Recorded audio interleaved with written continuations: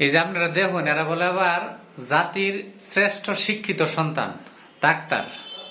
মানে মাদারীপুরের একটা ঘটনা, আপনারা উপরের ছবির দিকে একটু খেয়াল করলেই দেখতে পাবেন যে একজন চিকিৎসক, সে গলায় দড়ি পেঁচাইয়া সে আত্মহত্যা করছে আর কি, প্রেমিকের সাথে, তাও আবার প্রেমিকার সাথে ঝগড়া করে। এই যে তোর যে গলায় মানে দড়ি পেঁচাই আত্মহত্যা করলো, তুই তো আসলে এই যে এত পড়াশোনা করে তো কি মানে কি দরকারটা ছিল কাছে ভাই? তুই মরাতে এই মহিলার তো কোনো ক্ষয়ক্ষতি হবে না, তুই মরাতে তোর পরিবার পরিজন যারা থাকবে তাদের যে একটা বড় রকম ক্ষয়ক্ষতি হয়ে গেল, তুই কি এটা কখনো কল্পনা করছিলি? তোর কে মরতে হবে ভাই?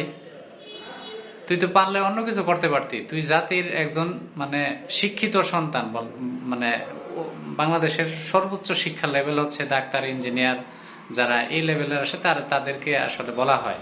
কিন্তু তুই যে ঘটনাটা করলি, ঠিক আছে, এই ঘটনাটা আসলেই আমি তোরে শিক্ষিত বলতে পারতেছি না। এই জন্যই যে মানুষ অন্য কিছু করতে পারতো, তোর মরতে হবো কেন রে ভাই? তুই ময়রা তো আরো কাপুরুষের মতো মানে একটা ঘটনা ঘটাই দিলি, ঠিক আছে? এই প্রেম করে যে মানুষ মরবে, ঠিক আছে, এটা তো আসলে কল্পনাই করা যায় না, ঠিক আছে?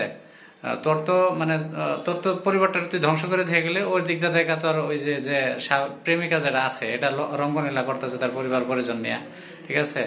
এই ধরনের ঘটনা ভাই তোর আর করিস না, ঠিক আছে? যা করছস তুই করছস, গেছস, ঠিক আছে?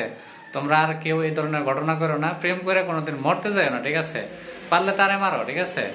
যে তোমার যে মানে তোমার নিয়ে যে রঙ্গলীলা করতেছে তারে মারো, তুমি কেন মরতে যাবে রে ভাই?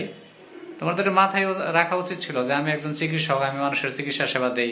আমি যদি একজন মানুষের জন্য আমি আমার জীবনটারে দিয়ে দিই, ঠিক আছে, তাহলে এই সমাজ আমার দ্বারা কি উপকার পাবে? কোনো উপকার পাবে না।